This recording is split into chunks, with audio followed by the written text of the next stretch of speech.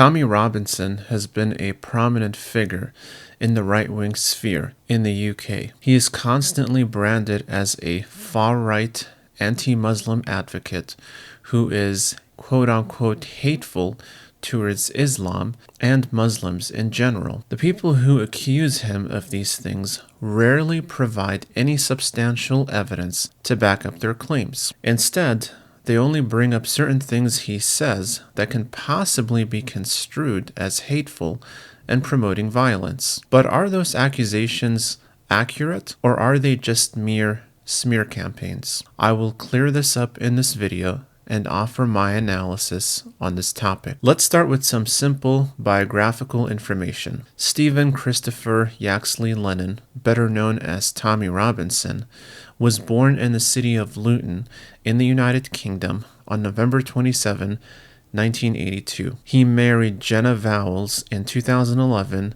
and has 3 children with her. However, in February of 2021, the couple divorced. He was one of the leaders of now defunct organization called the English Defence League. It was active from 2009 until somewhere in the mid-2010s. They usually demonstrated in the streets and were active in protests regarding immigration and things pertaining to problems in the Islamic community in England. Some accusations have been leveled against Tommy. One of those is that he is anti-Islamic. The accusation claims that he is virulently against not just immigration, but Islamic immigration in particular, since he focuses heavily on how Muslim immigrants have ruined certain towns, particularly his native Luton, and turned them into crime-ridden cities.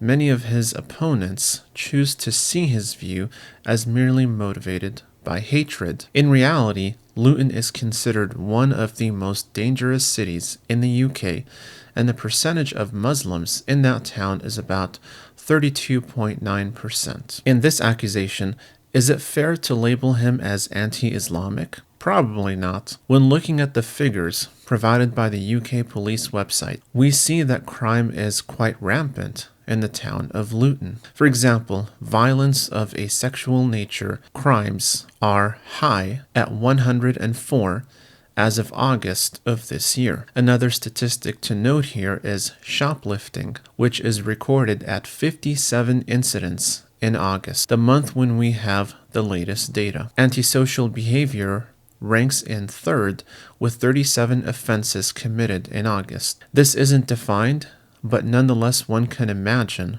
what it looks like. When looking at the other graph that shows total crimes committed by month, we see that the graph remains fairly stable the entire year. When you add up all the crimes committed in the month of August, the number is 312. Compared to the rest of the UK, Luton has seen a 101% increase in crime rates, well above the national average. Therefore, it makes sense to have concerns about safety that is due to demographic changes in the town of Luton. This isn't to say most Muslims in Luton are criminals, but it does raise concerns that there is a serious issue in the community living there, particularly when it comes to criminal activity. Another thing he mentions is some questionable verses in the Quran that encourage Muslims to be violent. Many people claim he's taken the Quran out of context, but others argue that these verses have no context in which they can be excused. For example, in Quran 47 verse 7, Muslims are told to smite the necks of those who disbelieve as a result of jihad. Here Muslims counter back by saying that jihad is simply a spiritual struggle, but how can that be reconciled with a command to quote-unquote unalive someone? Given these controversies, do I think Tommy Robinson is anti-Islam? It's possible, and mainly because of the type of rhetoric he uses to describe Islam and his dealing with the Muslim community. However, I think that on the whole, he's not merely motivated by hatred towards Muslims, but rather the preservation of English society and the emphasis on integration of immigrants, especially of Muslims, into such a society. This includes speaking English, adopting English customs and manners, and being an overall positive contributor to the country. I think anyone who is reasonable would want this for their country. He doesn't seem to me to be hateful of Muslims, but who knows? Maybe he is. Instead of trying to psychoanalyze him, like so many of his critics do, I look at his actions and his words. To me, they don't scream an overt hatred, especially since he's mentioned before that he doesn't hate Muslims and thinks the majority of them are good, but that there are problems within the community, as he mentioned in an Oxford lecture that he conducted about a decade ago. I think we can all learn from him a thing or two, but without the abrasive style he employs. So that's it for this video.